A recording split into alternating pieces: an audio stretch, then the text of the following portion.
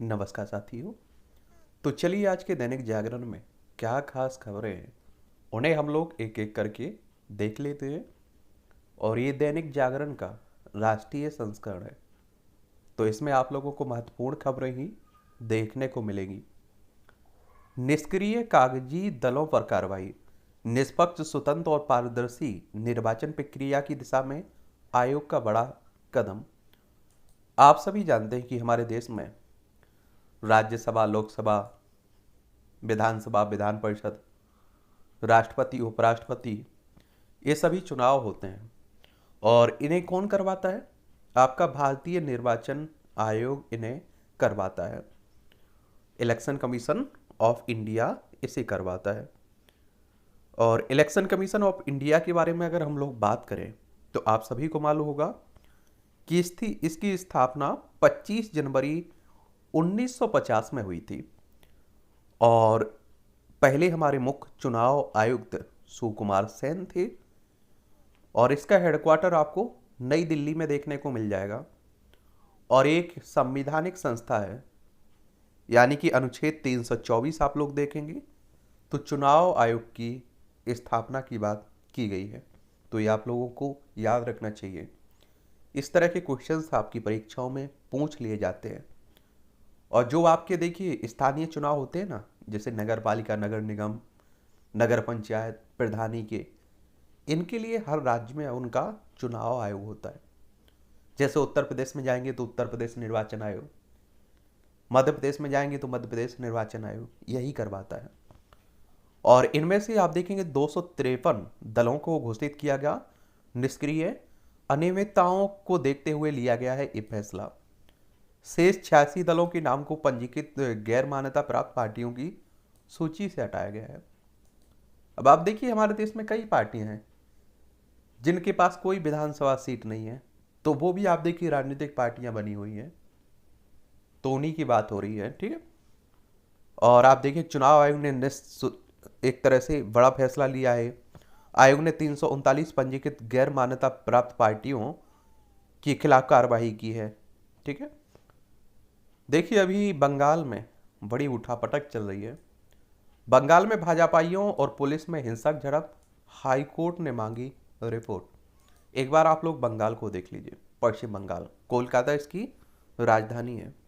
और एक बात तो ये है, क्योंकि केंद्र में आप सभी जानते हैं कि बीजेपी की सत्ता है और पश्चिम बंगाल में ममता बनर्जी की सरकार है। और आप देखिए 2024 के आने वाले समय में चुनाव भी है, तो बीजेपी आप सभी जानते हैं कि अब काम करेगी वहाँ इस तरह का, और रैलियां निकालेगी। और स्वाभाविक सी बात है कि रैलियां निकालनी चाहिए उसे।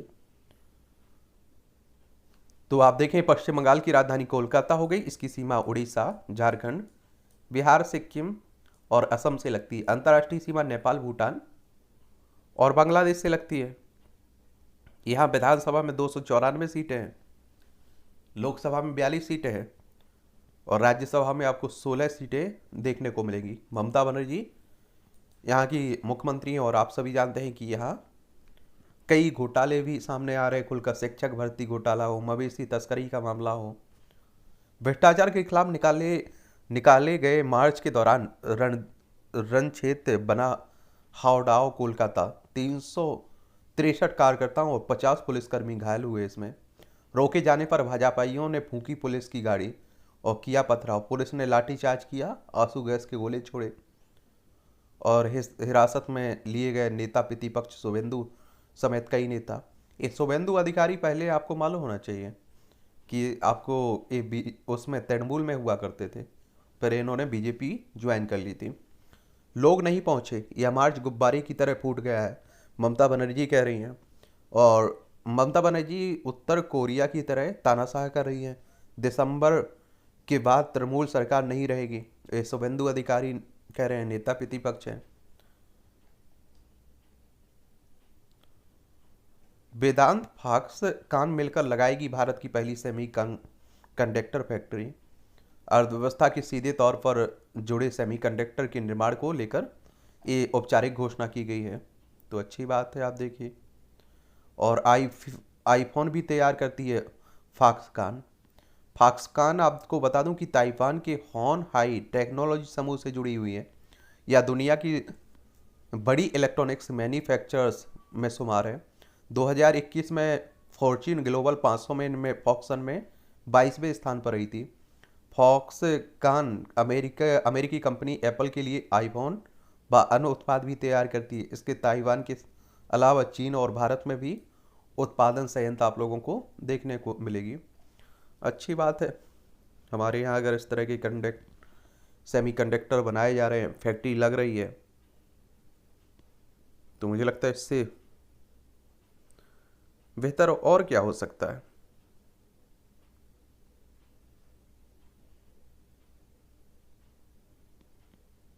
अर्धचालक भी कह देते हैं आप लोग इसे, किसे, सेमीकंडक्टर को।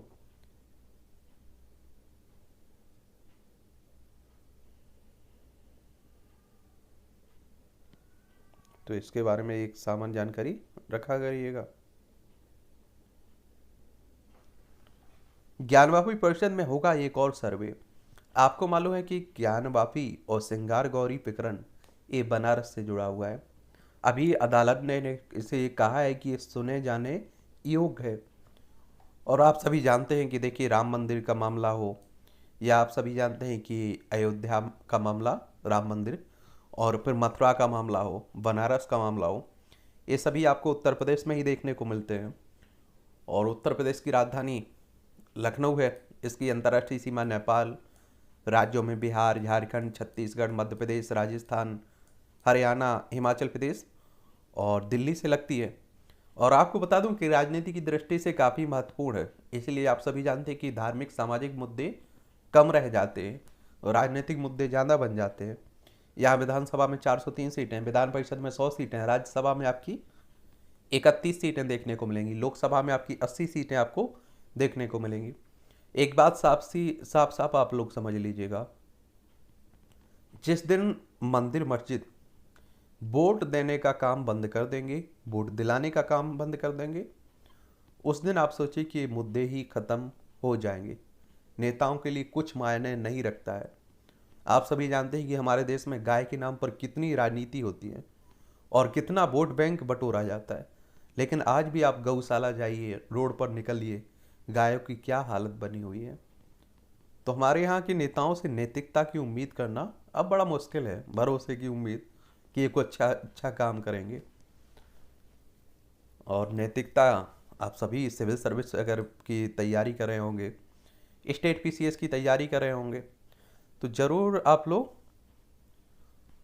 नैतिकता के बारे में पढ़ते होंगे। अधर्म में मिला तो सिद्ध हो जाएगा, यह मंदिर है। ज्ञानवापी को भगवान का मंडप कहा जाता है और इस तरह पर इस जगह पर वह परिवार के साथ विराजमान है। बाबा का अर्घा मिलने की बात कोर्ट में साबित करना आसान हो जाएगा कि यह मंदिर है और भगवान से वहाँ विराजमान है। इस आधार पर सिंगार गौरी के साथ उनके दर्शन पूजन की अनुमति मांगी जाएगी। हमारे प्रार्थना पत्र में भी ज्ञानवापियों में माँ सिंगार गौरी के साथ ही वह मौजूद अन्य दृश्य अदृश्य देवी देवताओं के नियमित दर्शन पूजन की मांग की गई। एक बात और आपको बता दूं, ऐसा माना जाता है कि औरंगजेब के द्वारा यहाँ एक शिव मंदिर हुआ करता था, उसे तोड़कर इस मस्जिद को बनाया गया था। गुजरात में भूपेश पटेल ही होंगे भाजपा के सीएम चेहरे। ये आप सभी को मालूम है कि गुजरात भी राजनीति गर्म हो चुकी है, क्योंकि गुजरात में आने वाले समय में आपके चुनाव भी हैं, विधानसभा चुनाव है ना गुजरात में, उसी की बात हो रही है। और गांधीनगर इसकी राजधानी हो गई। इसकी अंतर्राष्ट्रीय सीमा पाकिस्तान से लगती है, देख लीजिए। और इसे राज्य बनाया गया था 1 मई 1960 में। और आपको बता दूं कि विधानसभा में 182 सीटें हैं, राज्यसभा में 11 सीटें हैं, लोकसभा में आप लोगों को 26 सीटें देखने को मिलेंगी। राज्यसभा में 11, लोकसभा में 26 और विधानसभा में 182। तो ये भी आप याद रखिएगा। राहुल के खिलाफ कार्रवाई करे चुनाव आयोग, एनसीपीसीआर कह रहा है। भारत जोड़ो यात्रा में कथित तौर पर बच्चों को शामिल करने पर राहुल गांधी मुश्किल में घिरते नजर आ रहे हैं। शिकायत के आधार पर एनसीपीसीआर ने चुनाव आयोग से कांग्रेस और राहुल गांधी के खिलाफ कार्रवाई को कहा है। एक और बात बता दूं आप लोगों को, कांग्रेस की बात होती है तो आप सभी जानते रहे हैं कि 3500 से अधिक किलोमीटर की राहुल गांधी यात्रा कर रहे हैं और आप लोगों को कांग्रेस से, बहुत पुरानी राजनीतिक पार्टी है, 28 दिसंबर 1885 में इसकी स्थापना हुई थी। NCPCR, अगर आप देखिए national commission for protection of child right की बात हो रही है, और इसकी स्थापना मार्च 2007 में हुई थी। नई दिल्ली में इसका हेडक्वार्टर आपको देखने को मिलेगा। अभी देखिए राहुल गांधी पर कई आरोप और लगेंगे, क्योंकि इस तरह की आप देखिए विपक्ष के द्वारा जब भी कोई रैली निकाली जाती है तो उस पर आरोप, अभी देखिए टी सेट का लग चुका है, महंगी टी सेट का, कंटेनर का लग चुका है, VIP सुविधा का। और मुझे लगता है कि देखिए इसमें कोई मुद्दा नहीं है, लेकिन आप सभी जानते हैं कि विपक्ष भी कोई धर्म सेवा करने तो बैठा नहीं है, वो भी आप सभी जानते हैं घेरने के लिए बैठा हुआ है। और सत्ता पक्ष भी आप देखिए उसमें आरोप प्रत्यारोप लगाएगा, और यही तो देश की राजनीति है। आर्थिक आधार पर आरक्षण संविधान के खिलाफ है। ये आर्थिक रूप से कमजोर वर्ग की सरकारी नौकरियों, उच्च शिक्षा संस्थाओं में प्रवेश में 10% आरक्षण के कानून पर मंगलवार को सुप्रीम कोर्ट की 5 न्यायाधीशों की संविधान पीठ ने सुनवाई शुरू हुई है। और याचिकाकर्ताओं ने कहा है कि आर्थिक आधार पर आरक्षण संविधान के मूल ढांचे के खिलाफ है। एक बात और आपको बता दूं, जो आप देखते हैं कि जो आप देखिए जनरल कैटेगरी के थे उन्हें 10% आरक्षण दिया गया था। संविधान का 103वां संविधान संशोधन हुआ था, आपने देखा होगा, तो उसी के तहत दिया गया था। ठीक है, तो उसी को लेकर अब आप देखिए कि सुनवाई चल रही है। और क्या 103वां संविधान संशोधन इस आधार पर संविधान के मूल ढांचे के विरुद्ध है कि उसके तहत सरकार को आर्थिक आधार पर आरक्षण की शक्ति मिली हुई है? क्या यह संविधान संशोधन इस आधार पर मूल ढांचे का उल्लंघन करता है कि इससे सरकार को गैर सहायता प्राप्त निजी शिक्षण संस्थानों में दाखिले को लेकर विशेष नियम बनाने की शक्ति है? और आप देखेंगे कि क्या यह संशोधन इस आधार पर मूल ढांचे का उल्लंघन है कि आर्थिक रूप से कमजोर वर्ग के आरक्षण में OBC SC ST को शामिल नहीं किया गया है।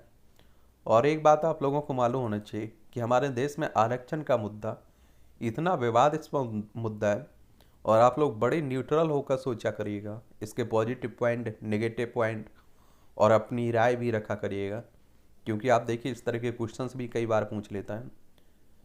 जम्मू कश्मीर में मिली राजभाषा के दर्जे से सशक्त होने लगी हिंदी। अनुच्छेद 370 हटने के बाद जम्मू कश्मीर में हिंदी को में तैयार हो रहा है राजस्व रिकॉर्ड। पहले उर्दू में होने के कारण आम लोगों की समझ से रहता था परे, अब डिजिटल राजस्व रिकॉर्ड हिंदी में होने में सरल हो रहा है। और वैसे भी आप देखिए कि जम्मू कश्मीर देख लीजिए, अब आपका जम्मू कश्मीर 2 हिस्सों में बढ़ चुका है, जम्मू कश्मीर और लद्दाख, दोनों केंद्र शासित प्रदेश हैं। लद्दाख की सीमा आप देखिए चाइना से लगती है, अफगानिस्तान से लगती है और पाकिस्तान से लगती है। राज्यों में जम्मू कश्मीर और हिमाचल प्रदेश से लगती है। और जम्मू कश्मीर की सीमा केवल पाकिस्तान से लगती है, राज्यों में लद्दाख, हिमाचल प्रदेश और पंजाब से लगती है। जम्मू कश्मीर में दिल्ली की तरह विधानसभा भी होगी, ठीक है, तो ये भी आप लोग याद रखिएगा।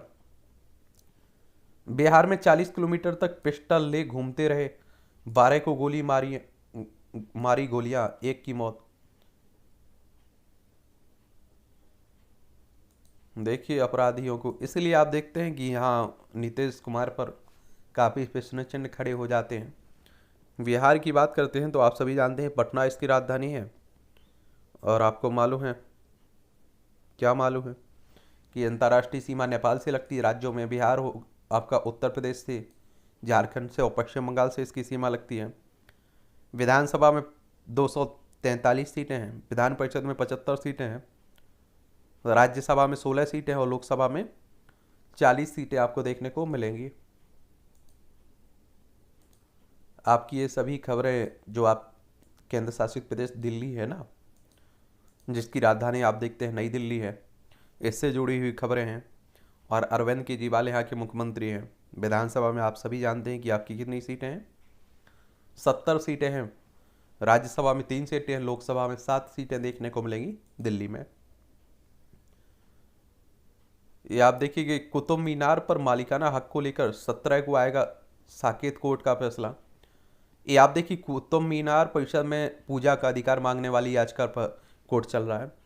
आपको बता दूं कि आप देखिए हमारे देश में एक कुंवर महेंद्र ध्वज प्रताप सिंह ने अपनी याचिका में शाही परिवार का वंशज होने का दावा करते हुए कहा था कि दक्षिण दिल्ली के तहत आने वाले इस इलाके के कानूनी अधिकार उनके पास हैं। और मंगलवार को आप देखिए कि उन मंगलवार को सुनवाई के दौरान कुंवर महेंद्र सिंह प्रताप सिंह भी कोर्ट में मौजूद थे। और वैसे आप लोगों को मालूम होना चाहिए कि हमारे कई विद्वान ऐसा कहते हैं कि हमारे देश में 3,000 से ज़्यादा मंदिर ऐसे हैं, मंदिरों को गिराकर मस्जिदें बनाई गई हैं। और इन्हीं लिए इसीलिए आप देखिए कि 1980 से 91 के बीच आप देखिए कि जब राम जन्मभूमि और बाबरी मस्जिद का विवाद हुआ तो हमारे देश में अशांति फैली। आप देखिए दंगे हुए, लोग मारे गए। और जब बाबरी मस्जिद गिरा दी गई उसके बाद कितनी आतंकी हमले हुए। और इन्हीं परिस्थितियों को ध्यान में रखते हुए आप देखिए 1991 में धार्मिक स्थल कानून आया हुआ था। प्लेसेस ऑफ वर्शिप एक्ट 1991 आया था। और इसमें कहा गया था कि 15 अगस्त 1947 के पहले जो कुछ भी हुआ है उसे सभी को भूलना होगा। और 15 अगस्त 1947 को जहाँ मंदिर है वहाँ हमेशा मंदिर रहेगा, जहाँ मस्जिद है वहाँ हमेशा मस्जिद रहेगी। किसी के भी धार्मिक स्थल में परिवर्तन नहीं किया जाएगा। लेकिन आप सभी जानते हैं कि उस एक्ट को ही 1991 के एक्ट को ही चुनौती दी जाने लगी है।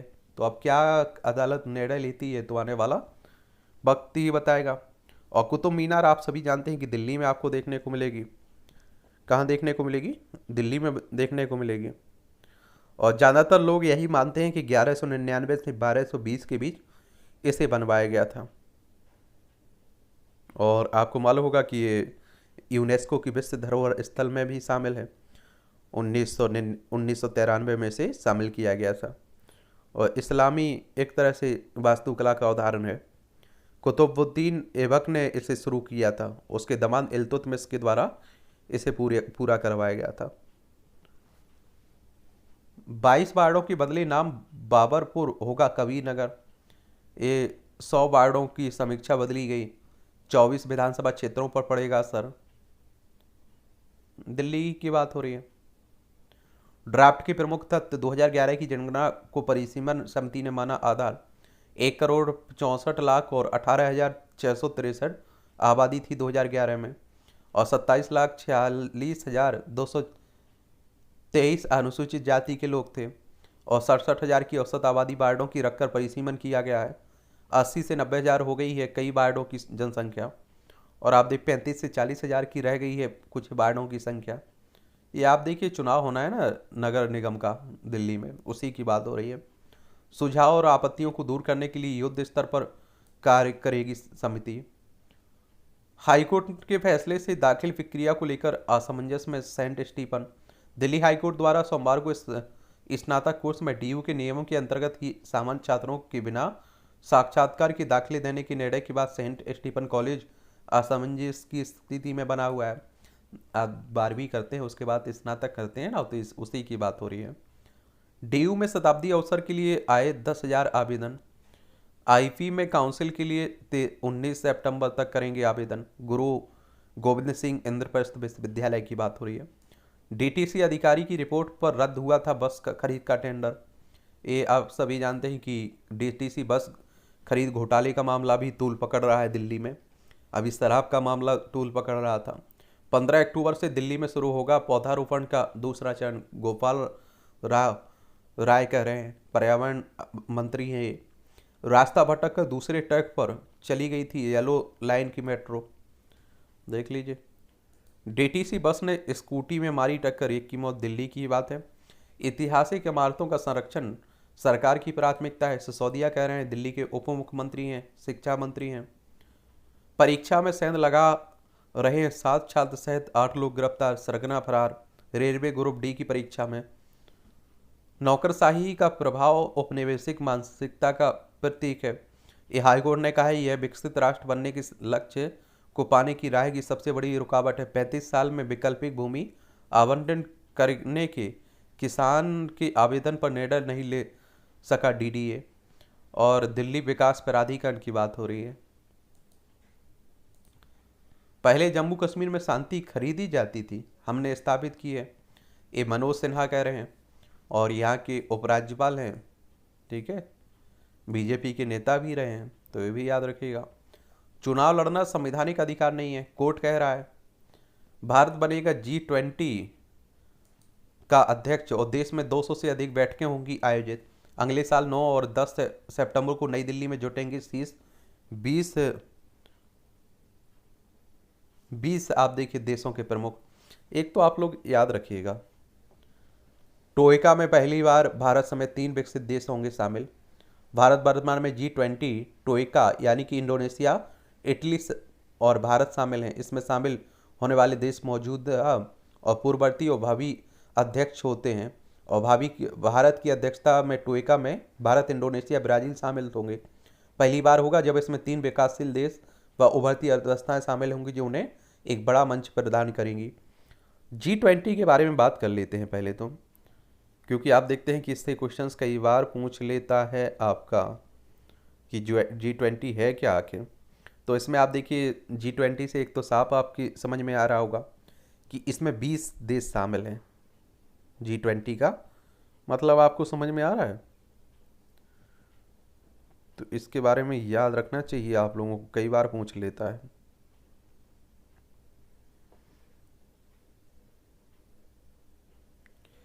और यह 19 देशों और यूरोपीय संघ का एक अनौपचारिक समूह है, जिसकी स्थापना 1999 में की गई थी।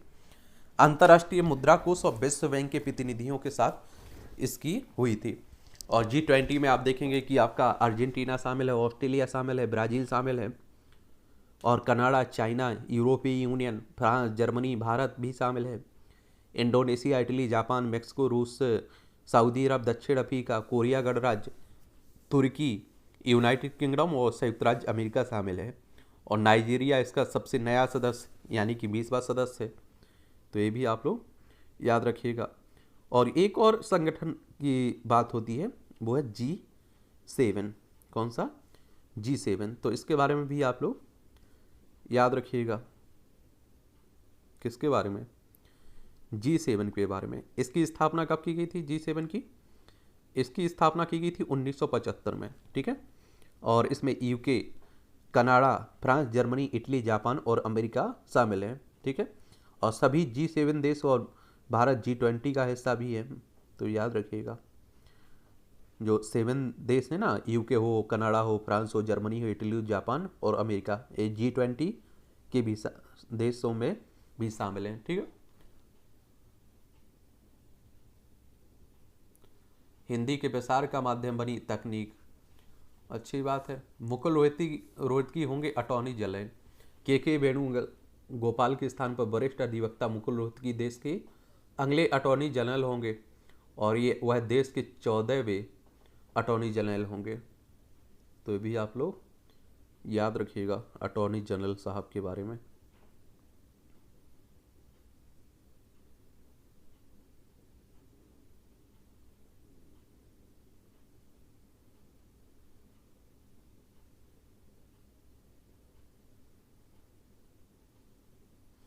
आप देखिए, भारत का महान्यायवादी भारत सरकार का मुख्य कानूनी अधिकारी होता है, और भारत के सर्वोच्च न्यायालय के समक्ष इसका प्रमुख अधिवक्ता होता है एक तरह से सरकार का। और ये संविधान के अनुच्छेद 76 के तहत केंद्रीय मंत्रिमंडल की सलाह पर भारत के राष्ट्रपति द्वारा नियुक्त किए जाते हैं, तो ये भी याद रखिए। और राष्ट्रपति के प्रसाद पर्यंत पद धारण करते हैं जब तक राष्ट्रपति चाहेगा। जब तक राष्ट्रपति साहब का प्रसाद मिलता रहेगा तब तक ये पद पर बने रहेंगे। उन्हें सर्वोच्च न्यायालय के न्यायाधीश के रूप में नियुक्त होने की योग्य व्यक्ति होना चाहिए, योग्यता। और इसलिए वे 5 साल के लिए एक उच्च न्यायालय के न्यायाधीश या 10 साल के लिए एक उच्च न्यायालय के वकील या राष्ट्रपति की राय में एक प्रतिष्ठित न्यायविद रहे हों, ये योग्यता होनी चाहिए। और 28 जनवरी 1950 में इस पद की स्थापना हुई थी। और MCC तलवार पहले हमारे क्या थे?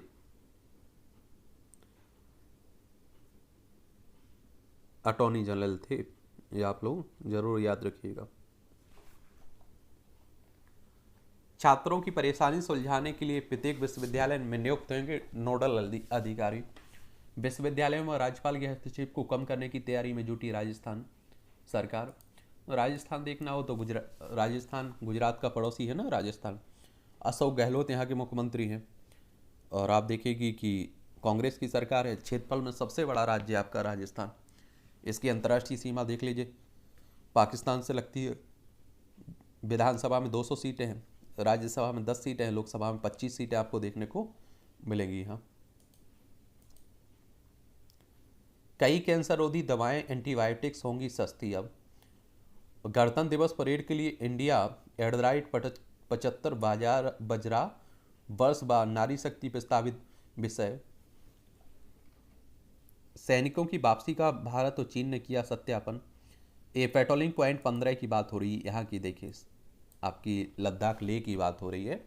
आपको मालूम होगा कि कुछ समय पहले हमारे सैनिकों की भी झड़प भी हुआ था और आपने उसके बाद देखा है कि हमारे कुछ सैनिक शहीद भी हुए थे, तो उसी की बात हो रही है। ये हमारा हिस्सा है, लेकिन चाइना यहाँ बैठा हुआ है दबा के।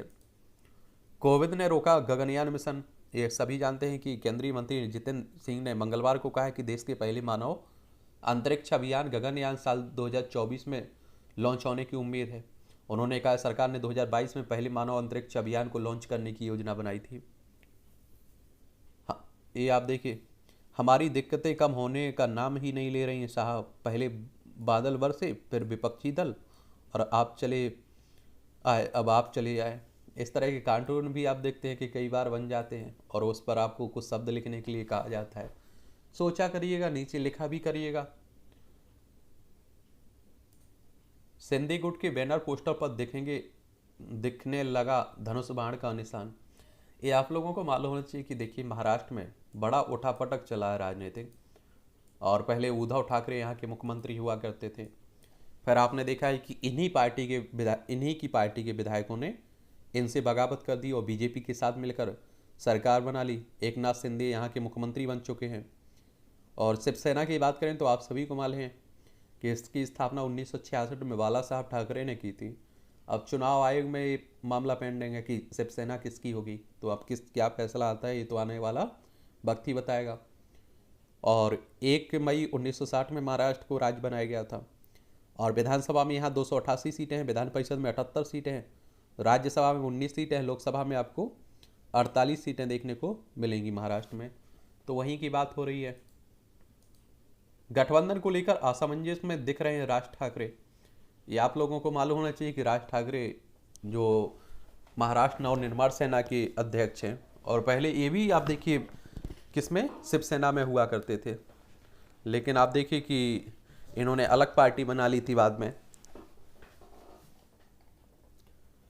राहुल के खिलाफ कार्रवाई जो आप देखिए वही राष्ट्रीय बाल अधिकार संरक्षण आयोग कह रहा है। गुजरात में आप देखिए चुनाव होगा। बाजार में हिंदी की बढ़ रही है संभावनाएं। आप सभी को मालूम है कि 14 सितंबर को क्या मनाया जाता है, हिंदी दिवस मनाया जाता है और इसीलिए आप देखिए हिंदी पर इतना जोर दिया जा रहा है। कांग्रेस प्रत्याशियों पर 20 से मंथन होगा। हिमाचल प्रदेश में भी चुनाव है। ये है हिमाचल प्रदेश, शिमला इसकी राजधानी है और इसकी अंतर्राष्ट्रीय सीमा चाइना से लगती है। और ये विधानसभा में 68 सीटें हैं, राज्यसभा में 3 सीटें, लोकसभा में 14 सीटें यहाँ देखने को मिलेंगी। परगट की केजरीवाल को चुनौती, दिल्ली और पंजाब में करें ऑटो से सफर। ये आप देखें परगट सिंह हैं। ये आपने देखा होगा अभी अरविंद केजरीवाल ने गुजरात दौरा किया, वहाँ एक बड़ा वीडियो वायरल हो रहा था, पुलिस से नोक-झोंक हो रही थी। ये ऑटो से उसके घर जा रहे थे ऑटो ड्राइवर के। तो चुनाव में ये सब आम बात है, देखने को मिलती है आपको। केजरीवाल भी ब्रांडिंग करना जानते हैं और कई राजनीतिक विश्लेषक ऐसा कहते हैं कि अगर आप सोचिए कि अगर बीजेपी को और अमित शाह को, मोदी साहब को कोई जवाब उनकी भाषा में दे पा रहा है तो वो अरविंद केजरीवाल है। हर आप देखिए मुद्दे को चुनाव में भुनाने का काम अरविंद केजरीवाल को भी आने लगा है। केजरीवाल ने गुजरात में भय और भ्रष्टाचार मुक्त शासन की गारंटी दी। राजीव गांधी और गहलोत के ही नारे लगाओ वरना जाओगे जेल। देख लीजिए। बिना प्रदेश कांग्रेस अध्यक्ष की होगी पीसीसी का अधिवेशन। ये आप देखिए, कांग्रेस की पहले तो बहुत बुरी हालत बनी हुई है और इस यात्रा से कुछ तो फर्क पड़ेगा। वित्त मंत्री चीमा ने कहा 25-25 करोड़ का ऑफर दे रहे हैं, सरकार गिराना चाहती भाजपा। ये आप देखिए, पंजाब की बात हो रही है। और आप लोगों को मालूम होना चाहिए, कुछ तो ठीक है बात, हम लोगों को तो आपको मालूम नहीं है कि यह हकीकत है या केवल आरोप प्रत्यारोप चल रहा है। पंजाब देख लीजिए आप लोग, ये चंडीगढ़ इसकी राजधानी है और आपको मालूम है कि अरविंद केजरीवाल यहाँ के, अरविंद केजरीवाल की जो आम आदमी पार्टी है ना, उनके भगवंत मान यहाँ के मुख्यमंत्री हैं। चंडीगढ़ इसकी राजधानी और इसका अंतर्राष्ट्रीय सीमा पाकिस्तान से लगती है। विधानसभा में 117 सीटें हैं, राज्यसभा में 7 सीटें हैं और लोकसभा में 13 सीटें आपको देखने को मिलेंगी। एक आप लोगों को बात पूछना चाहता हूँ, इसी तरह से आपने देखा है दिल्ली में बात हो रही थी, दिल्ली में 62 विधायक हैं और आप सोचिए कि 45 विधायक इसमें से आप देखिए बीजेपी को खरीदने पड़ेंगे, तब जाकर इनकी सरकार गिरेगी। लेकिन बीजेपी 45 विधायक कभी सपने में भी नहीं खरीद सकती है, आप समझ रहे हैं। और आप देखिए कि अरविंद केजरीवाल के चेहरे पर जीत के आए हुए सभी विधायक, तो इतने बेवकूफ़ भी नहीं है विधायक कि ये छोड़ दे पार्टी और दोबारा चुनाव में जाए और इन्हें हार जाएंगे। और इसी तरह पंजाब में आप देखिए, बीजेपी ना के बराबर है वहाँ। अगर सरकार गिरानी होगी तो एक बहुत बड़ा बहुमत इनके आप देखिए किसके विधायक चाहिए होंगे, आम आदमी पार्टी के। और इतना आम बात भी नहीं है वहाँ, वहाँ भी आप देखते हैं कि अरविंद केजरीवाल और आम आदमी पार्टी की वजह से ये विधायक चुनकर आए हुए हैं। तो ये तो सब आप देखते हैं कि अपना ब्रांडिंग करने के लिए बात होती रहती है। हाँ, कुछ होते होंगे, और ऐसा अगर होता है तो आप देखिए कई बार हमारे देश में ऐसा हुआ है कि लोकसभा और राज्यसभा के सदस्यों को खरीदने की कोशिश की गई, लोकसभा सदस्यों को, और वो पैसे जो मिले वो सदन में लेकर पहुंच गए लोग, वही सदस्य, कि देखिए साहब हमें ये पैसा दिया गया खरीदने के लिए। तो दिल्ली के मुख्यमंत्री या पंजाब के मुख्यमंत्री भी ऐसा करवा सकते हैं कि आ जाए, जो भी दे रहा है उसे सामने मीडिया के रख दें, कुछ तो रिकॉर्ड रहता होगा। चलिए अब क्या बोल सकते हैं, ठीक है। जट या कठेरिया मिलकर जीतेंगे SC/SC वर्ग का भरोसा। पिछले विधानसभा चुनाव में लगातार घट रही SC वर्ग की सीटें, यही नहीं सामान्य सीटों में भी SC वोट न मिलने से पार्टी को हुआ था नुकसान। ये आप सभी जानते हैं कि मध्य प्रदेश में आपका चुनाव है। अब भोपाल इसकी राजधानी है, इसकी सीमा छत्तीसगढ़, उत्तर प्रदेश, राजस्थान, गुजरात, महाराष्ट्र से लगती है और 1 नवंबर 1956 में से राज्य बनाया गया था। आगे चलकर छत्तीसगढ़ अलग कर दिया गया था मध्य प्रदेश से 1 नवंबर सन 2000 में। और जब तक मध्य प्रदेश का हिस्सा था, छत्तीसगढ़ क्षेत्रफल में सबसे बड़ा राज्य था मध्य प्रदेश। अब आपका दूसरे नंबर पर आता है राजस्थान, पहले नंबर पर आता है। वर्तमान में शिवराज सिंह चौहान यहाँ के मुख्यमंत्री हैं। विधानसभा में 230 सीटें हैं, राज्यसभा में 11 सीटें हैं, लोकसभा में आपको 29 सीटें देखने को मिलेंगी यहाँ, ठीक है। आप विधायक प्रमल बोले मुझे नहीं मिला निष्कासन पत्र। असमंजस के बीच झारखंड में स्थानीय नीति पर राजनीति। ये आप सभी जानते हैं कि देखिए झारखंड, रांची इसकी राजधानी है और आपको मालूम होना चाहिए कि इसकी सीमा बिहार, उत्तर प्रदेश, छत्तीसगढ़, उड़ीसा और पश्चिम बंगाल से लगती है। और आपको मालूम होगा कि 15 नवंबर सन 2000 में बिहार से अलग करके बनाया गया था और यहाँ के मुख्यमंत्री हेमंत सोरेन हैं। विधानसभा में 81 सीटें हैं, राज्यसभा में 6 सीटें हैं, लोकसभा में 14 सीटें देखने को मिलेंगी। और हेमंत सोरेन की सदस्यता अधर में लटकी हुई है। लाभ के पद को लेकर आप देखिए कि कहा जा रहा है कि इनकी सदस्यता चली जाएगी, तो क्या होता है अभी सामने कुछ आया ही नहीं है। 1932 के खतियान को स्थानीयता का आधार बनाने की दिशा में बढ़ रहे हैं हेमंत। सत्तारूढ़ झामुमो का कर रहा है कोर एजेंडा। और ये आप देखिए कि झारखंड मुक्ति मोर्चा की बात हो रही है। सोपिया बम धमाके में 3 किशोर घायल हुए, ये भी श्रीनगर में। और आप सभी जानते हैं कि देखिए पाकिस्तान जैसा हमारा पड़ोसी हो तो शांति की उम्मीद कभी नहीं की जा सकती है, वो हमें अशांत देखना चाहता है। बिहार के कृषि मंत्री सुधाकर सिंह ने फिर उठाया सवाल, किसानों को उत्पादन और आय की गारंटी दे कंपनियां, मक्का खाने को नहीं मिल रहा है, एथेनॉल बनाने का मतलब नहीं है। चौथा कृषि रोड मैप क्यों? कृषि मंत्री ने कहा है कि अब तक 3 कृषि रोड मैप लॉन्च किया गया है, उसका कोई लाभ किसानों को नहीं मिला, तो चौथा कृषि रोड मैप क्यों? उन्होंने सवाल किया है कि बिना कृषि रोड मैप की खेती नहीं होती थी क्या? पहले भी खेती होती थी, और ऐसे कृषि रोड मैप की क्या ज़रूरत है? एक बात और आपको बता दूं, सुधाकर सिंह ये जगदानंद के बेटे हैं, और ये काफ़ी मतलब बोलने में आप देखिए और पीछे हटने में मुझे नहीं लगता है कि ये पीछे रहते हैं। सुधाकर के बाद सीधी चुनौती है नीतीश में, उन्हें हटाने की हिम्मत नहीं है सुशील मोदी, और ये हकीकत बात है और इसमें कोई दोहराया नहीं है। योगी सरकार के एक और मंत्री ने अनियमितताओं की पोल खोल दी है। दिनेश प्रताप सिंह ने विभागीय कामकाज को लेकर लगाए कई गंभीर आरोप, और इन्होंने मंत्री ने रिपोर्ट में लिखा है, आपकी अति व्यस्तता का दुरुपयोग कर रहे हैं अफसर, मैं रोकूंगा अनियमितताओं। बड़ी मात्रा में मंडी शुल्क की चोरी, गड़बड़ियों में बड़े अफसरों की भी मिली भगत है। एक बात आपको मालूम होना चाहिए, देखिए कि कोई भी सरकार हो उसमें आप देखिए रहते कुछ पावरफुल ही नेता हैं। कोई भी पार्टी हो आप देखिए, आप कहें लोकतंत्र की बात कहें, मुझे लगता है कि लोकतंत्र हमारे देश में किस तरह का है आप सभी जानते हैं, और आप लोग इतने पढ़े लिखे भी हैं। आप देखिए जो लोकतंत्र का सूचकांक आता है, इंडेक्स आता है, उसमें आप लोग नीचे से टॉप कर रहे होते हैं, ठीक है, और सबसे बड़ा लोकतंत्र होने का दम भरते हैं हम लोग। 20 से 30 लाख में बिका था सब इंस्पेक्टर भर्ती परीक्षा का प्रश्न पत्र। जम्मू कश्मीर पुलिस भर्ती घोटाला में की बात हो रही है। जम्मू से कर्नाटक तक 36 ठिकानों पर छापेमारी हुई है। अब आप ही सोचिएगा कि मैंने कल भी आप लोगों से कहा था, हर राज्य में आप देखिए इस तरह की भर्ती घोटाला हो रहा है। बस कहीं अच्छे से जांच हो जाती है तो वहाँ देखिए सामने आ जाता है, और नहीं होती है तो वहाँ नहीं आता है। विश्व में हिंदी के प्रति बढ़ रहा है लगाव। तस्करों ने छुड़ाए गए मवेशियों पर संसदीय समिति ने बीएसएफ से मांगा विस्तृत योजना।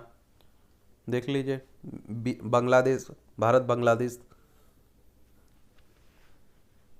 सीमा पर बीएसएफ की अगर हम बात करें तो बॉर्डर सिक्योरिटी फोर्स की बात हो रही है। किसकी? बॉर्डर सिक्योरिटी फोर्स की। और 1 दिसंबर 1965 में इसकी स्थापना हुई थी। नई दिल्ली में इसका हेडक्वार्टर आपको देखने को मिलेगा। पुलिस ने कर रखी थी किलेबंदी, और 46 जगहों पर लगाए गए थे बैरिकेड। ये आप देखिए वही भाजपा और उसकी वो झड़प चल रही है। ज्ञानवापी के निर्णय को नजीद बना वादी ने कहा, शाही मस्जिद ईदगाह का पहले सर्वे हो। एक आपको बताया ना कि श्री कृष्ण जन्मभूमि जन्म स्थान को लेकर और शाही ईदगाह को लेकर विवाद चल रहा है मथुरा में। यदि कुरान अनुमति दे तो गरबा की आयोजन में आए मुस्लिम, उषा ठाकुर कह रहे हैं, भोपाल आप देखिए, ठीक है। आर्थिक आधार पर आरक्षण में जाति का मत नहीं होना चाहिए। मरीजों को भी नहीं छोड़ रहे साइबर ठग। डॉक्टर ने से इलाज कराने के नाम पर फर्जी वेबसाइट व लिंक बनाकर हो रही है ठगी। रांची के साथ साथ मुंबई, पंजाब और असम के लोग हो चुके हैं ठगी के शिकार। ये आप लोगों से पहले भी बताया है कि आप लोग देखिए ध्यान रखा करिएगा। जिस तरह से ऑनलाइन ये डिजिटल इंडिया की बात हो रही है, उसी तरह से आप देखिए फर्जीवाड़ा भी बढ़ रहा है। तो इसमें बड़ी ध्यान देने लायक है। डिजिटल युग में सशक्त होती हिंदी, देख लीजिए, वैज्ञानिक भाषा है हिंदी, और विश्व की तीसरी सबसे अधिक और भारत में सर्वाधिक बोली जाने वाली हिंदी ने डिजिटल युग में स्वयं को और मजबूत एक तरह से स्थापित किया है, और हिंदी आज जाने माने एक तरह से भाषा बन चुकी है। और आप देखिए ट्विटर हो, फेसबुक हो, आप लोग सभी देखते होंगे इस पर, और हिंदी में लॉन्च हो रहे हैं अब वैज्ञानिक भाषा हिंदी। हिंदी के वर्णों को बोलने की व्यवस्था, उनका वर्गीकरण इसे वैज्ञानिक भाषा बनाते हैं।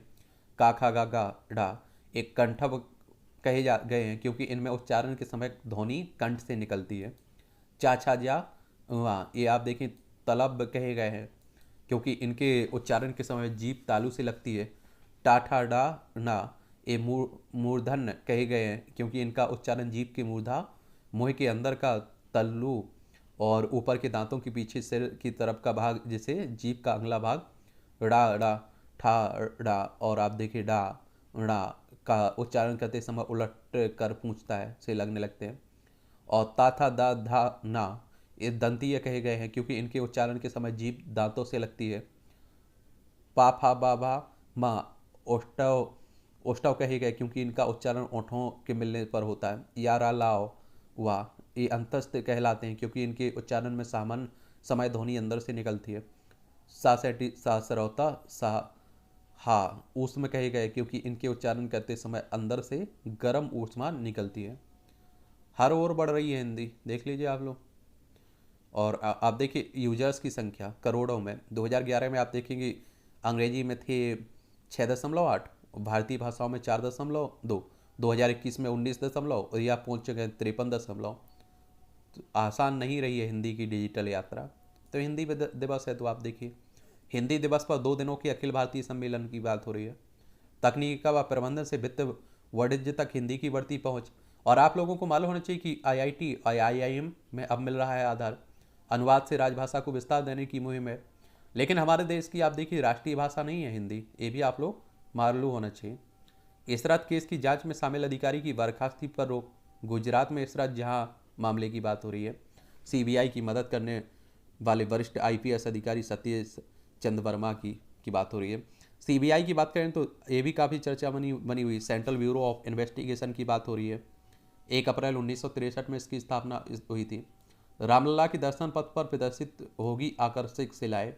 पंजाब सरकार विफल है तो क्यों ना केंद्र को सौंप दें जिलों की सुरक्षा, हाईकोर्ट कह रहा है। आयुष्मान कार्ड धारकों का भी रेलवे अस्पताल में होगा इलाज। उत्तर प्रदेश में पाठ्यक्रम में शामिल होगा ट्रांसजेंडर विषय। तीसरा आप देख रहे हैं जेंडर की बात होती है ना उसकी। बार और बेंच एक ही रथ के 2 पहिए, सुप्रीम कोर्ट कह रहा है हमारा। हिमाचल में मिली नोटों की कतरने भुतरने से जुड़ी तार। गणित का पेपर रद्द करवाने के को 10-20 छात्रों ने दी स्कूल के बम से उड़ाने की धमकी। देखिए अमृतसर की बात हो रही। बॉम्बे हाईकोर्ट ने कहा है कि अभियोजक जांच एजेंसी का डाकघर नहीं है। तो ये भी है।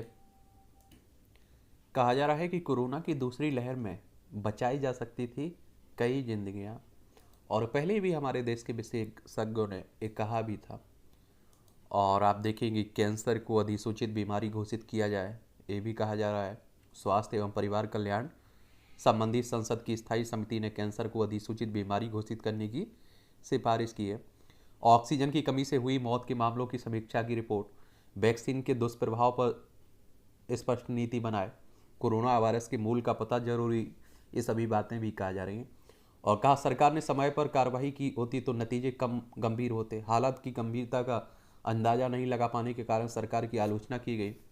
और आप देखिए कि कितनी लाशें आप लोगों को देखने को मिली। और आपने देखा है कि आप ऑक्सीजन के लिए लोग तरसते रहे, मरते रहे। 5,000 से नीचे आए कोरोना के मामले। तो अभी भी आप देखिए कि आ रहे हैं। अपनाओ, अपने परिवार का ख्याल रखिएगा। चंपावत के लापता एसडीएम की शिमला में मिली लोकेशन। उत्तराखंड में लापता हुए, ठीक है। उत्तराखंड की बात करें तो आप सभी जानते हैं कि उत्तर प्रदेश से अलग करके उत्तराखंड को बनाया गया था। देहरादून इसकी राजधानी है। और इसकी सीमा आप देखेंगे कि इसकी सीमा चाइना से लगती है, नेपाल से लगती है। राज्यों में हिमाचल प्रदेश और उत्तर प्रदेश से लगती है इसकी सीमा। और आप देखेंगे कि पुष्कर सिंह धामी यहाँ के मुख्यमंत्री हैं। 9 नवंबर सन 2000 में से राज्य बनाया गया था। और विधानसभा में 70 सीटें हैं, राज्यसभा में 3 सीटें हैं, लोकसभा में आपको 5 सीटें देखने को मिलेगी यहाँ। भारत में कम होगी नामीबिया के चीतों की रफ्तार। और आप देखिए कि अभी हमारे देश में चीता भी आ रहे हैं, तो उसी की बात हो रही है। पंजाब के अपराधियों पर मनी लॉन्ड्रिंग का शिकंजा कसेगा, संपत्तियां होंगी जब्त। ईडी ने साधा एनआईए से संपर्क। और जब जल्द मिलेगी एफआईआर की कॉपी दस्तावेज। काफ़ी छापे एनआईए के पढ़ रहे हैं। ईडी की बात कर लेते हैं तो इन्फोर्समेंट डायरेक्टरेट की बात हो रही है। प्रवर्तन निदेशालय की बात हो रही है। और आप देखते हैं कि इसकी स्थापना 1 मई 1956 में हुई थी। नई दिल्ली में हेडक्वार्टर देखने को मिलेगा। और वहीं एनआईए की बात करें तो नेशनल इन्वेस्टिगेशन एजेंसी की बात हो रही है। इसकी स्थापना 31 दिसंबर 2008 में हुई थी। और नई दिल्ली में इसका हेडक्वार्टर आपको देखने को मिलेगा। विज्ञान की पढ़ाई में हिंदी माध्यम कोई बाधा नहीं है, देख लीजिए। बाकी बिहारी मंदिर में भगदड़ रोकने की कार्य योजना होगी पेश। अब कोवैक्सीन खरीद से संबंधित सूचना न देने पर नोटिस। केंद्रीय सूचना आयोग ने केंद्रीय औषधि मानक संगठन को आरटीआई का गलत जवाब देने के लिए जवाब बताओ नोटिस जारी किया है। आरटीआई आप देखिएगा, आप लोग भी इसका उपयोग किया करिएगा।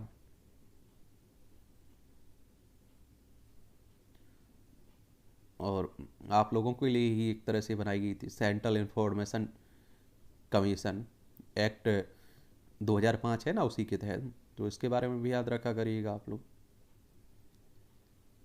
12 अक्टूबर 2005 में इसकी स्थापना हुई थी।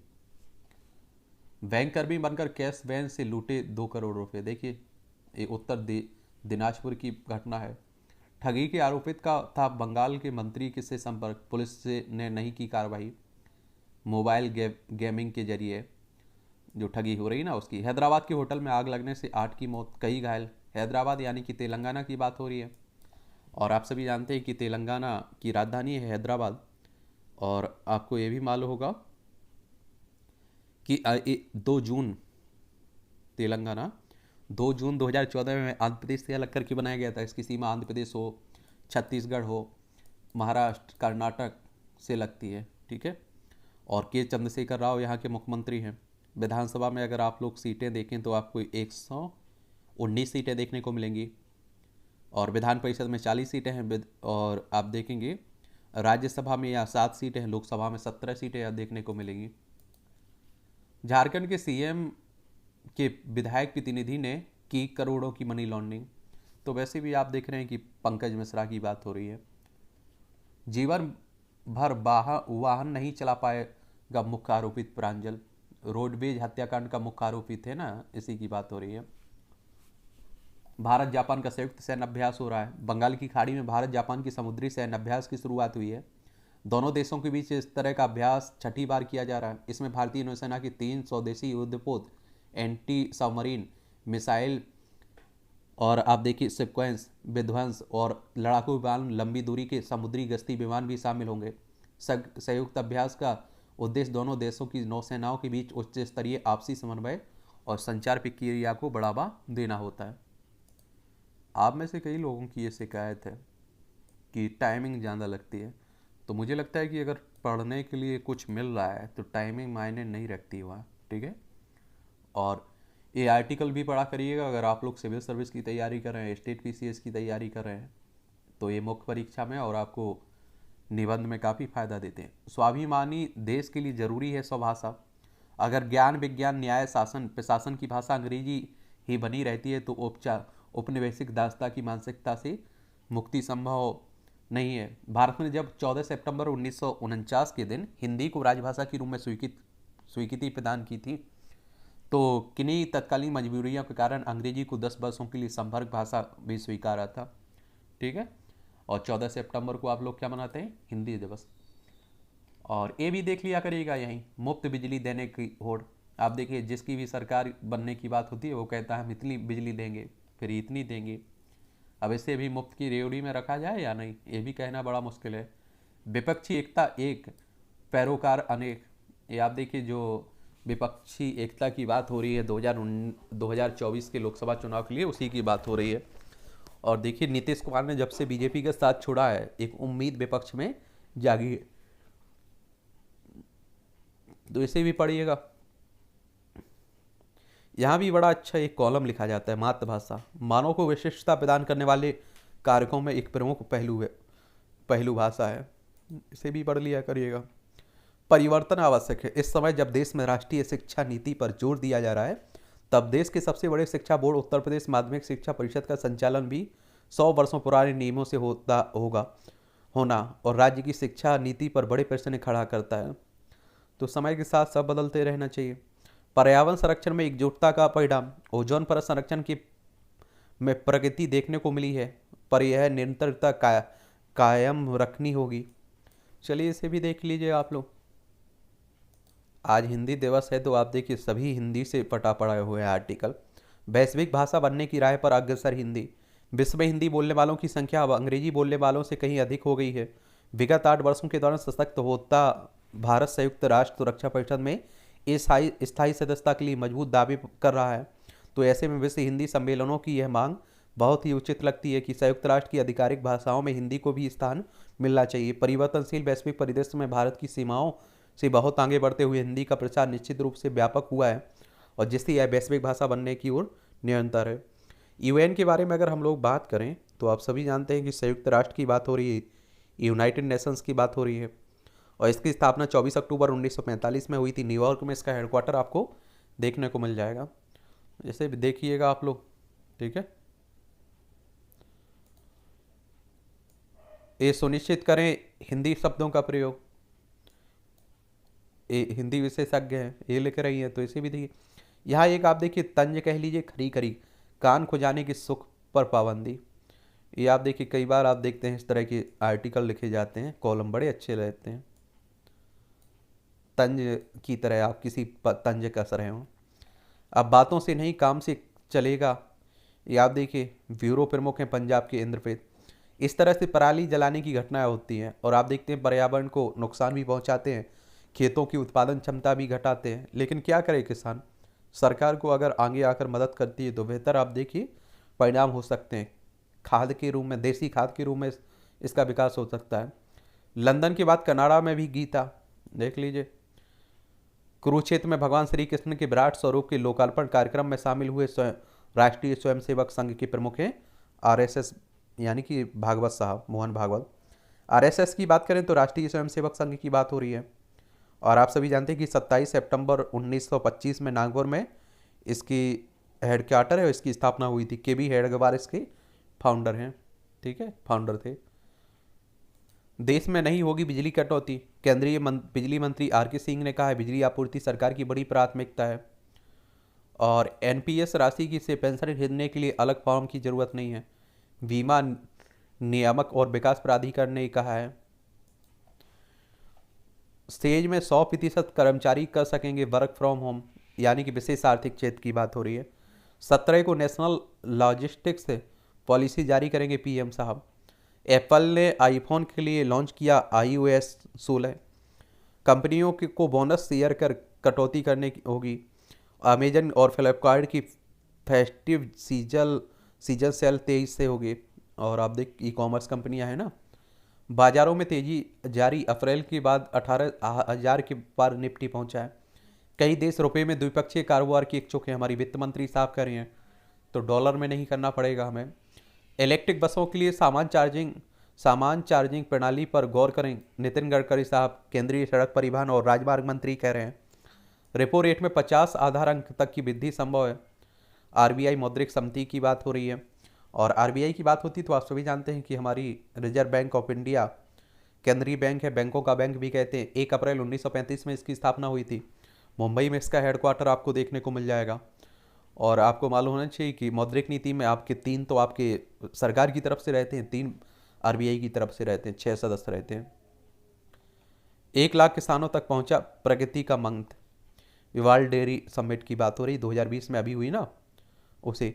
सेमीकंडक्टर फैक्ट्री गुजरात जाने पर महाराष्ट्र में राजनीति गरमाई। ये देश में उर्वरक की कोई कमी नहीं है, मांडविया कह रहे हैं, केंद्रीय रसायन और उर्वरक मंत्री हैं मनसुख मांडविया। गांव की उपज को विदेश में मिलेगा बाजार। ये दुधारू पशु के कृत्रिम गर्भाधान और टीकाकरण में मदद करेगी केंद्र सरकार, गिरिराज सिंह कह रहे हैं। केंद्रीय ग्रामीण विकास और पंचायती राज मंत्री है ना गिरिराज सिंह, वही कह रहे हैं। यूक्रेन ने अपनी पूरी जमीन रूस से छीनने का लिया संकल्प, पश्चिमी देशों से मांगे हथियार। और रूसी सेना को पीछे धकेलने के बाद खारगिव के भवनों पर लहराने लगे यूक्रेनी झंडे। ये आप देखिए कि यूक्रेन भी पीछे नहीं हट रहा है।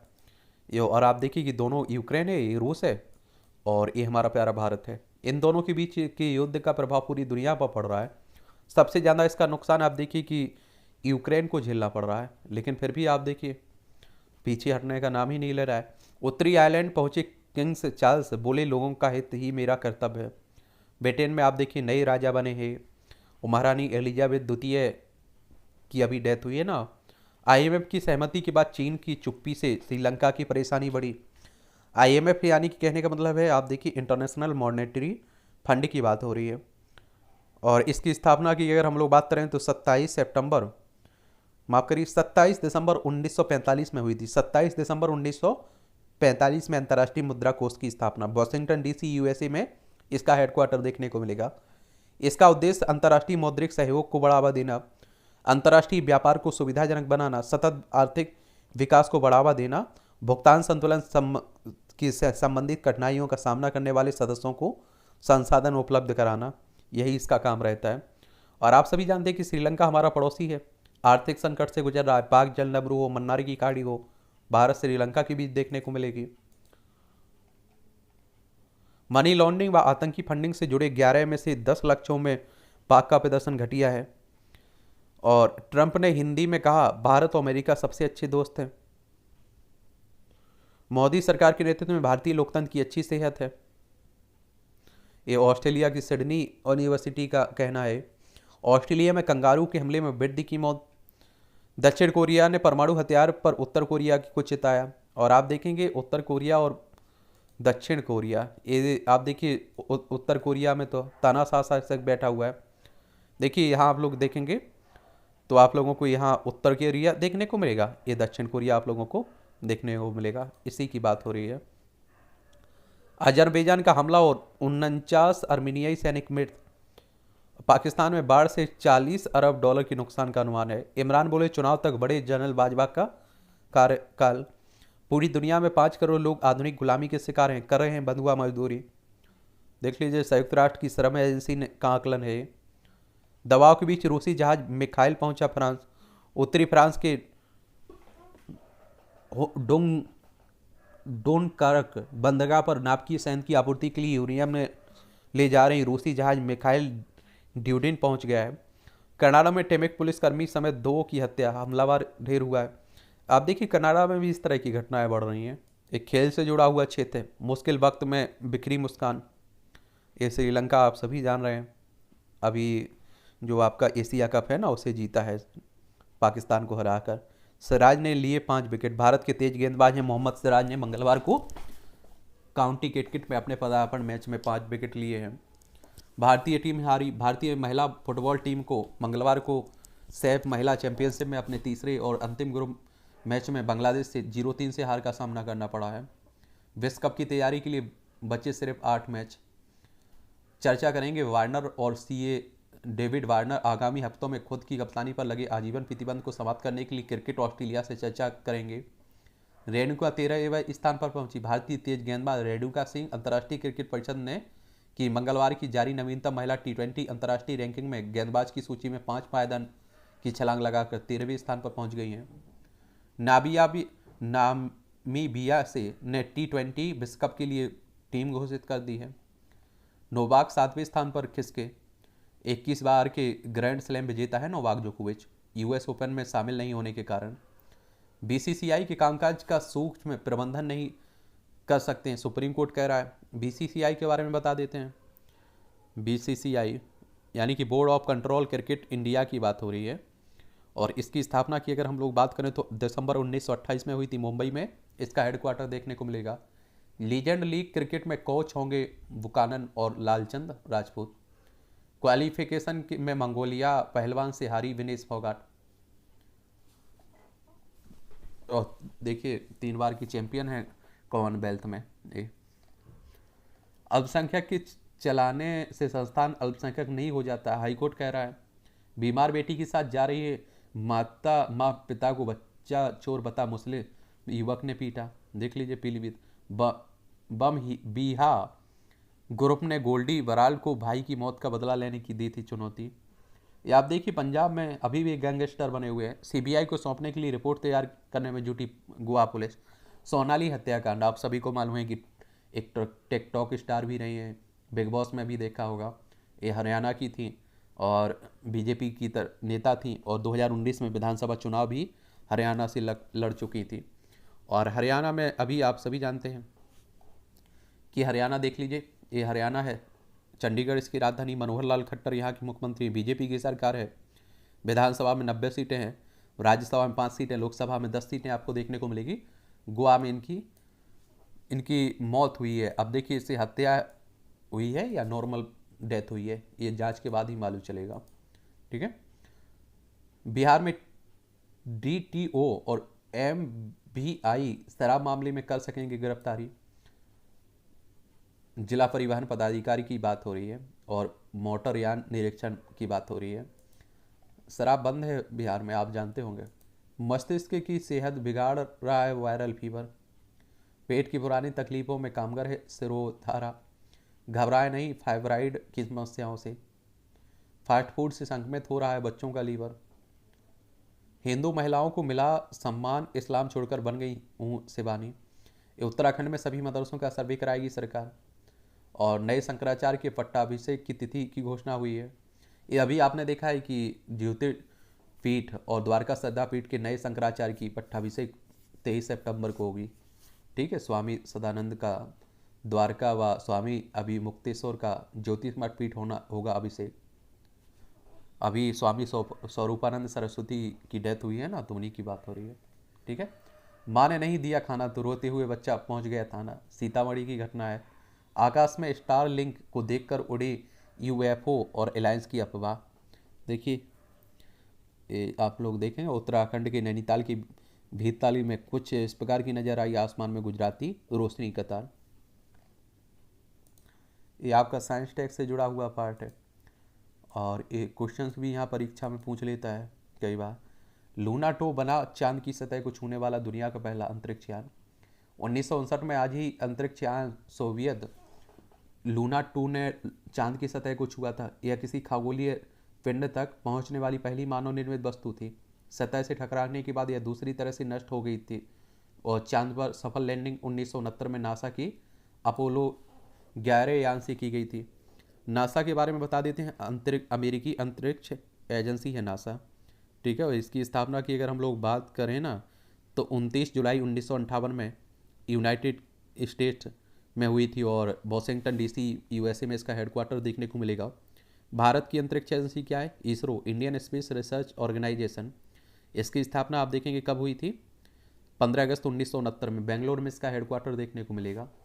दुनिया की पहली हाई स्पीड पैसेंजर ट्रेन का संचालन शुरू हुआ 1891 में। आज ही अमेरिका के एम्पायर स्टेट एक्सप्रेस न्यूयॉर्क और बफेलो के बीच 702 किलोमीटर की दूरी केवल 7 घंटे और 6 मिनट में तय कर दुनिया की पहली हाई स्पीड पैसेंजर ट्रेन बनी। इसकी अधिकतम गति 131 किलोमीटर प्रति घंटा थी। भारत के सबसे पढ़े लिखे व्यक्तियों में शामिल थे श्रीकांत। भारत में सर्वाधिक शिक्षित व्यक्तियों में से एक श्रीकांत जिचकर का जन्म 1954 में आज ही नागपुर में हुआ था। MBBS करने के बाद MS में प्रवेश लिया और फिर MS छोड़कर कानून की पढ़ाई करने लगे। IPS और IAS के लिए भी चयनित हुए। कुल 42 विश्वविद्यालयों से 20 बड़ी डिग्रियां हासिल की। लिम्बा बुक ऑफ रिकॉर्ड में उन्होंने सबसे पढ़े लिखे व्यक्ति का दर्जा दिया। 1980 में महाराष्ट्र में विधानसभा में सबसे कम उम्र के विधायक चुने गए। उन्होंने मंत्री और सांसद के रूप में भी काम किया है। देख लीजिए, पिकासो की स्मृति में प्रदर्शनी। मैड्रिड के रीना सोफिया संग्रहालय में प्रदर्शित विख्यात स्पेनिश चित्रकार पाब्लो पिकासो की सर्वश्रेष्ठ कृति गुइर्निका को कैमरे में कैद करती हुई आगुन तक। देख लीजिए, 50वीं पुण्यतिथि पर। मौसम ज़्यादा खराब होने से इंटरनेट मीडिया पर बढ़ जाती है हेट स्पीच। देख लीजिए, इसका भी प्रभाव पड़ता है। हर दिन 10,000 कदम चलने से कम हो सकता है बीमारियों का खतरा। गेम चेंजर होगी कोरोना की नेजल वैक्सीन। सस्ती होने के साथ ही प्रयोग करने में आसान और अधिक प्रभावी भी है। 127 कुत्तों ने फिल्म देखकर बनाया वर्ल्ड रिकॉर्ड। इंग्लैंड में देख लीजिए आप लोग, लंदन में। ये मूवियों से जुड़ी खबरें हैं। उर्वशी रौतेला ने ऋषभ पंत से माफ़ी मांगी। माफ़ी मांगना यूँ तो आसान नहीं है, लेकिन कई बार माफ़ी मांगना भी बेहतर है। 6 अक्टूबर को ऋचा और अली का मुंबई होगा रिसेप्शन। चेहरे पर यह मुस्कान हमेशा बनी रहे। महिलाओं की कहानियां कहना जरूरी है, तनुजा चंद्र। ये हिंदी पर गर्व होना चाहिए, शैलेश लोढ़ा। और कभी हैं, आप सभी जानते हैं, हिंदी में बोलने में सम्मान का अनुभव करता हूँ, पंकज कह रहे हैं। विदेशियों के बीच हिंदी ही एक कॉमन भाषा होती है। हिंदी हमारे अंतर्मन का हिस्सा है। दिया तो हिंदी दिवस है। चलिए, आप लोग पढ़ते रहिए, एंजॉय करते रहिए, हम लोग मिलते रहेंगे। और कुछ सवाल हो, सुझाव हो तो आप लोग ज़रूर दे सकते हैं, बता सकते हैं। ठीक है।